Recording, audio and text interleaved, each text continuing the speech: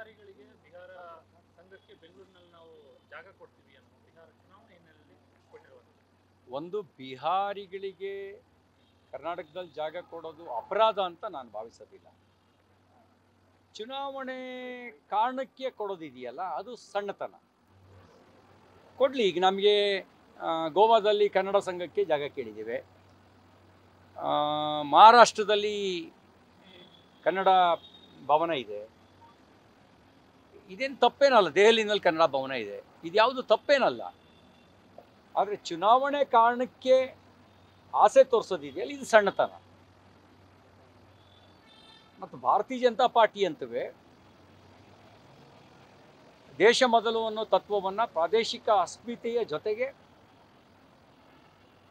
ಪ್ರಾದೇಶಿಕ ಅಸ್ಮಿತೆಯನ್ನು ಆಧರಿಸಿ ರಾಷ್ಟ್ರೀಯತೆಯನ್ನು ಒಪ್ಕೊಂಡಿರ್ತಕ್ಕಂಥ ಪಾರ್ಟಿ. ಅವರಿಗೆ ಜಾಗ ಕೊಡೋ ತಪ್ಪು ಅಂತ ನಾನು ಹೇಳೋದಿಲ್ಲ. ಈ ಥರದ ಕನ್ನಡ ಭವನಗಳು ಹಲವು ರಾಜ್ಯಗಳಿದ್ದಾವೆ, ಅದೇನು ತಪ್ಪಲ್ಲ.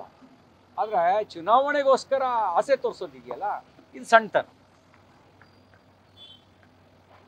ಪವರ್ ಶೇರಿಂಗ್ ವಿಚಾರದಲ್ಲಿ ಮುಖ್ಯಮಂತ್ರಿಗಳದ್ದು ಹೇಳಿಕೆಯನ್ನು ಬಿಡ್ತಾರೆ. ನಾನು ಪುನಾರಚನೆ ಬಗ್ಗೆ ಅಷ್ಟೇ ದೆಹಲಿಗೆ ಹೋಗ್ತಾ ಇದ್ದೇನೆ ಆದರೆ ಕಾಂಗ್ರೆಸ್ನ ಡಿ ಕೆ ಶಿವಕುಮಾರ್ ಬೆಂಬಲಿತ ಪವರ್ ಶೇರಿಂಗ್ ವಿಚಾರವಾಗಿ ಮತ್ತೆ ಮತ್ತೆ ಅವ್ರ ಹೇಳಿಕೆಗಳು ಮುಂದುವರಿತಾರೆ. ನಾವು ಮುಖ್ಯಮಂತ್ರಿಗಳಿಗೆ ಭಾಳ ಸರಿ ಹೇಳಿದ್ದೇವೆ, ಮುಖ್ಯಮಂತ್ರಿಗಳೇ ಬೆಲೆ ಏರಿಕೆ ಬಗ್ಗೆ ನಿಮ್ಮ ಸರ್ಕಾರದ ನಿಲುವು, ಆ ಬೆಲೆ ಏರಿಕೆ ಕಾರಣಕ್ಕೆ ಜನಸಾಮಾನ್ಯರ ಸಂಕಷ್ಟಕ್ಕೊಳಗಾಗಿರೋದು ನಿಮ್ಮ ಗಮನಕ್ಕೆ ಬಂದಿಲ್ವೇ?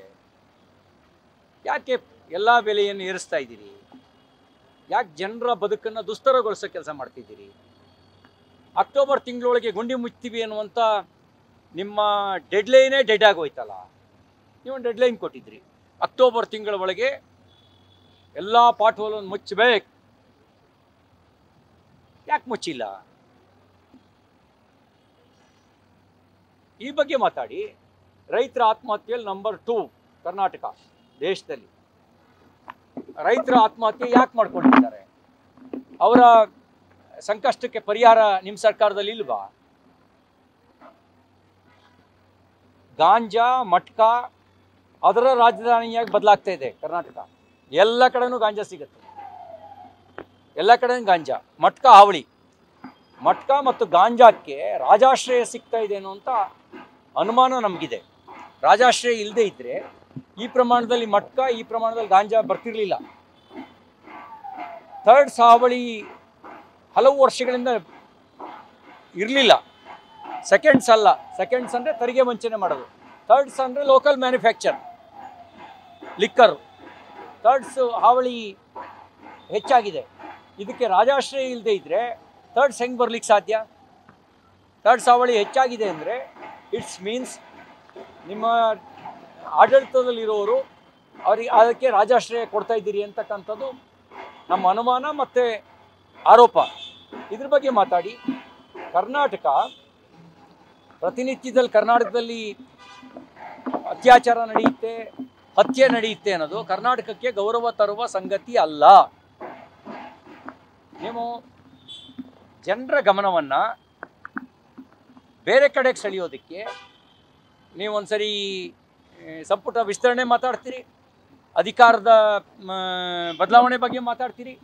ನಮಗೆ ನೀವು ಯಾರನ್ನಾರು ಮುಖ್ಯಮಂತ್ರಿಯಾಗಿ ಮಾಡ್ಕೊಳ್ಳಿ, ನಮಗೆ ಸಂಬಂಧ ಇಲ್ಲ. ಯಾರನ್ನಾರು ಮಂತ್ರಿಯಾಗಿ ಮಾಡ್ಕೊಳ್ಳಿ. ಸಮಸ್ಯೆಗಳ ಬಗ್ಗೆ, ಸಮಸ್ಯೆ ಬಗೆಹರಿಸೋದಕ್ಕೇನು? ನಿಮ್ಮ 134 ಮ್ಯಾನಿಫೆಸ್ಟೋದಲ್ಲಿದ್ದಂಥ ಗ್ಯಾರಂಟಿಗಳಲ್ಲಿ 9 ಮಾತ್ರ ಕೊಟ್ಟಿದ್ದೀರಿ.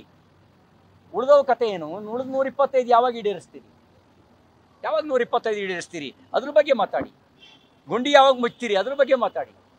ನೀವು ಯಾರು ಡೆಲ್ಲಿಗೆ ಹೋಗ್ತೀರಿ ಅದು ಸುದ್ದಿ ಆಗ್ಬೇಕಾ? ನಮಗೆ ಸುದ್ದಿ ಆಗಬೇಕಾಗಿರೋದು ನಿಮ್ಮ ಭ್ರಷ್ಟಾಚಾರ. ಗುತ್ತಿಗೆದಾರರು 60% ಕರಪ್ಷನ್ ಬಗ್ಗೆ ನಿಮಗೆ ಪತ್ರ ಕೊಟ್ಟರಲ್ಲ ಮುಖ್ಯಮಂತ್ರಿಗಳೇ, ಅದನ್ನು ನಿಯಂತ್ರಿಸೋದಕ್ಕೆ ಏನು ಕ್ರಮ ತಗೊಂಡಿದ್ದೀರಿ? ಯಾವಾಗ ಗುತ್ತಿಗೆದಾರರ ಬಿಲ್ ಅವ್ರಿಗೆ ಕೊಡ್ತೀರಿ, ಸಂದಾಯ ಮಾಡ್ತೀರಿ? 60% ಭ್ರಷ್ಟಾಚಾರದ ಬಗ್ಗೆ ನಿಮ್ಮ ಪ್ರತಿಕ್ರಿಯೆ ಏನು? ಏನೂ ಇಲ್ಲ, ಸುಳ್ಳು ಅಂತ ಹೇಳ್ತೀರಾ? ಹಂಗಿದ್ರೆ ಎನ್ಕ್ವೈರಿ ಕಂಡಕ್ಟ್ ಮಾಡಿ. ನೀವು ಎನ್ಕ್ವೈರಿ ಕಂಡಕ್ಟ್ ಮಾಡಿ. ಗುತ್ತಿಗೆದಾರರು ಆರೋಪ ಮಾಡಿರೋದು ನೀವು ವಿರೋಧ ಪಕ್ಷದ ನಾಯಕರಾಗಿದ್ದಾಗ ಆಡಿದ ಮಾತನ್ನ ನೆನಪು ಮಾಡ್ಕೊಳ್ಳಿ. ಈಗ ನೀವು ಏನು ಪ್ರತಿಕ್ರಿಯೆ ಏನು ನಿಮ್ಮದು? ಸುಮ್ಮನೆ ಆರೋಪ ಮಾಡಿದ್ದಾರೆ ಗುತ್ತಿಗೆದಾರರು. ಕೆಲವು ಆಡಿಯೋ ಸಮೇತ ಹೊರಗೆ ಬಂದಿದೆಯಲ್ಲ ನಿಮ್ಮ ಸರ್ಕಾರದ ಭ್ರಷ್ಟಾಚಾರದ ಕುರಿತಾಗಿ. ಅಧಿಕಾರಿಗಳು ಆತ್ಮಹತ್ಯೆ ಮಾಡ್ಕೊಂಡ್ರಲ್ಲ, ಪತ್ರ ಬರೆದಿಟ್ಟು ಆತ್ಮಹತ್ಯೆ ಮಾಡ್ಕೊಂಡ್ರಲ್ಲ. ನಿಮ್ಮ ಸರ್ಕಾರದ ಕೆಲವು ಸಚಿವರ ಹೆಸರನ್ನ, ಕೆಲವು ಶಾಸಕರ ಹೆಸರನ್ನ ಪತ್ರ ಬರೆದಿಟ್ಟು ಆತ್ಮಹತ್ಯೆ ಮಾಡ್ಕೊಂಡ್ರಲ್ಲ.